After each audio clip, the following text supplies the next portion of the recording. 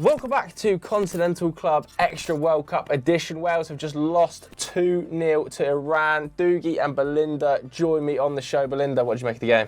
God, the first half was a bit dire, wasn't it? Yeah. Understatement. I was struggling to come up with some notes during that with like points to talk about, and then all of a sudden in the last sort of 10 minutes everything kicked off, and at least we have something to talk about. But yeah, Wales weren't great, were they? It was really disappointing from them.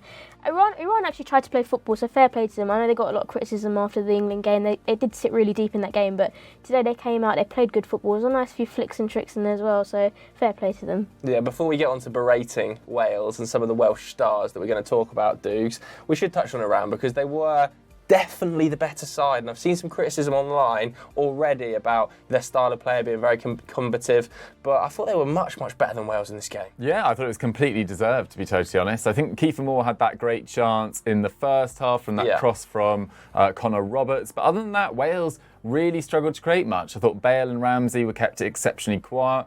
Iran just had so much more intent in their shape as well than they did against England. I thought they just let England bypass them way too easily on Monday, but this time they were right in Wales's faces from the off, and that's what the supposed smaller nations are going to do, and that's what they should do. I don't think we should sit here and hammer them just because they got in their faces and made it uncomfortable for Wales. I thought they were brilliant on the day. I mean, they don't have a brilliant World Cup record. They were searching for just their third win on their 16th appearance. Obviously, that game against England didn't go well, and we thought they might have a bit of an advantage from the start because apparently it was incredibly hot at the stadium today, despite the air conditioning. And it wasn't just like it was all about what happened after Wayne Hennessy's red card, which I think we'll come on to. Completely deserved red card. Absolute kamikaze moment for him. Don't know why that wasn't originally given, to be honest. It was absolute chaos. But in that first half as well, Golizada had a great chance to score. Actually, sorry, did score. Asmoon should have shot. But yeah, that was the big issue. Yeah, he was offside in the build-up. Probably should have held his run a bit more. Asmoon should have shot. But then in the second half, they completely took the game by the scruff of the neck after that red card, and I thought were worthy winners. And to bounce back from that England defeat after all the attention that went on their performance, to pull out a performance like that, given all the political issues going on in Iran and everything that's going on behind the scenes, I thought it was one of the results, my favourite results of the World Cup so far, completely deserved. Yeah, I think we need to put some more respect as well onto Ramey's name, who just continues to excel. Obviously, has been sensational this season at Porto. 8 chances created in 100 minutes. Most in a World Cup game this year. Absolutely exceptional. So lots of positives for Iran, but Wales and some of the star players, I want to particularly pick out a player like Aaron Ramsey. Just nowhere near good enough. No, that whole midfield battle in general, they just kept losing out. 50-50s, they weren't getting to them. And I think it's a really bad decision as well when they're struggling so much for energy in that midfield and you take Ramsey off, which is fine, but you're bringing on 32-year-old Joe Allen in 2022 who's recovering from a major injury. Like, what are you expecting from? Then they go down to 10 men and you're asking them to run. Like, yeah, it was just not looking good for them, especially once they, was just so stretched across the middle of the pitch. Yeah, Iran took full advantage of that. But, I mean, even Gareth Bale. Like, I was speaking yesterday to Grant Hughes, the Sky Sports reporter for Wales, and he was saying that Gareth Bale has been allowed to manage his own minutes at LAFC. He's basically said to LAFC, this is when I'm going to be available, this is when I'm not going to be available. Specifically so, he's at tip-top condition for this tournament. This is not a Bale that looks tip-top condition. Absolutely. I think he looks a long way off his best. Yeah, for sure. I think Wales and Wales fans were just waiting for that moment, which we know he can still produce. He's done it for LAFC this season. But it was just nowhere near. It was nowhere near. I think he had one shot. I don't think he created a chance. Like, this was Bale just so far below even the Spurs standard we saw when he went back to Spurs recently. And he has played more minutes for Wales than his club sides over the last 2 seasons. And it just really showed. He looked miles off it. Ramsey, as you say, was useless. But it's more a reflection on, this is just like a few teams in this World Cup. I get the same feeling with Belgium. I get the same feeling with Croatia. They're straddling eras, really. Yeah. Hennessy, Ramsey, Bale, this is that Ben Davies, probably their last tournament, and they've got exciting young players coming through, Rodon, Ampadu, Dan James, etc. But it's going to take a while for them to develop and live up to an incredible Wales team that have done magnificent things for Wales, but it just feels like this World Cup was just one step too far for this older generation. Yeah, Gareth Bale then in LA at the moment, 33 years old, has, like I said, had his minutes managed very, very acutely this season. Is that the end of Bale? Could we see Gareth Bale retire? I don't know. To be fair, there's been a lot of talk, hasn't it, about how he just wants to play sort of international football and how he could retire from club football and just play international football. But we've seen today that maybe that can't work. That's not sustainable.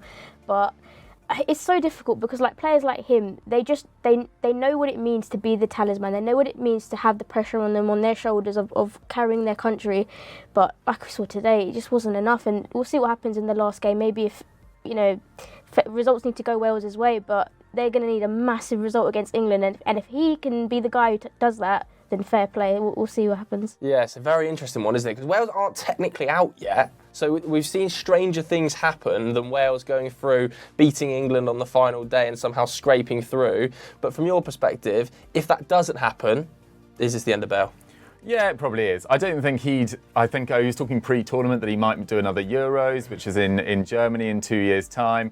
But he can walk away with his head held high. He'll be remembered as one of the best British players ever, let alone Wales players. Is he the best? For me, no, just because you can't really miss out the last 4 years, really, at Real Madrid, doing binoculars on the bench, like not really taking it that seriously, only really turning up for Wales. He had a fairly solid season at Spurs on his return. Finished the season pretty well. But in terms of the best ever for British players, I always go back to Wayne Rooney, to be honest. I think he was sensational. And maybe in 10 years' time, we'll be talking about this new crop of England players as well. But for England, going back to this, we obviously don't know the result of what happens against the USA, but we do not want anything riding on that Wales game. Absolutely anything. There is nothing the Welsh get more up for than beating England in any sport, and it would just be an absolute nightmare to leave anything to chance.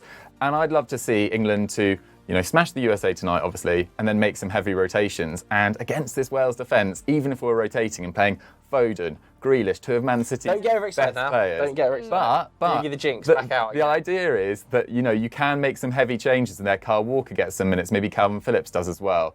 And I still think we'll have enough for Wales if they play like they did against Iran or in USA in the first game. And that's another thing. Final point on Wales. Did Rob Page get it wrong in the first game, not playing Kiefer Moore from the start? They got so much better after he came on in the second half. I think there do have to be some questions asked about his tactics in that game. What do you think, Belinda? Rob Page? Yeah, because the way that they were getting pegged back by USA, they needed that outlet. They needed that someone who could hold the ball up and bring those around him into the game. And we saw that in the second half, but I don't know, Dan James is just such a rapid little pocket rocket, isn't he? So, yeah. And he didn't start today, so yeah. It's a difficult one, isn't it? Because even going into that final England game now, with Wayne Hennessy banned, they've kind of got to be more expansive than they're used to being. They're going to have to move away from the back three, and that does leave them exposed, and it means Nico Williams has suddenly got to become a right back rather than a wing back, and you've maybe got to add another body into the midfield. I think that would be a big risk. For Rob Page now, obviously this was his first major tournament, and he got the job after the Ryan Giggs affair. What happens for him? Do you think he maintains his position as Wales' head coach, or is that? Yeah, I would have thought so, to be honest. There's not that many. Wales tend to like to stick with Welsh managers, and there's not that many that are coming through. I think Nathan Jones has just accepted the Southampton job, of course. He may be one in the future. But Rob Page, deserves enormous credit. What is it, first World Cup in 58 years? Yeah. Came through difficulty in qualifying as well, having to go through that playoff against Ukraine. And previously, obviously, under previous managers, Chris Coleman, etc., really great Euros performances. So I don't mean to hammer this Welsh generation. They've done phenomenal things, the best in my lifetime by distance. But at the same time, on the biggest stage, they kind of wilted. Yeah, they did. We want to hear your thoughts at home, though. What did you make of Wales versus Iran? And will this be the end of Gareth Bale? Is he going to be retiring? Let us know in the comments below. If you enjoyed this video, hit the like button, hit subscribe. Thanks very much for watching. See you later. Bye.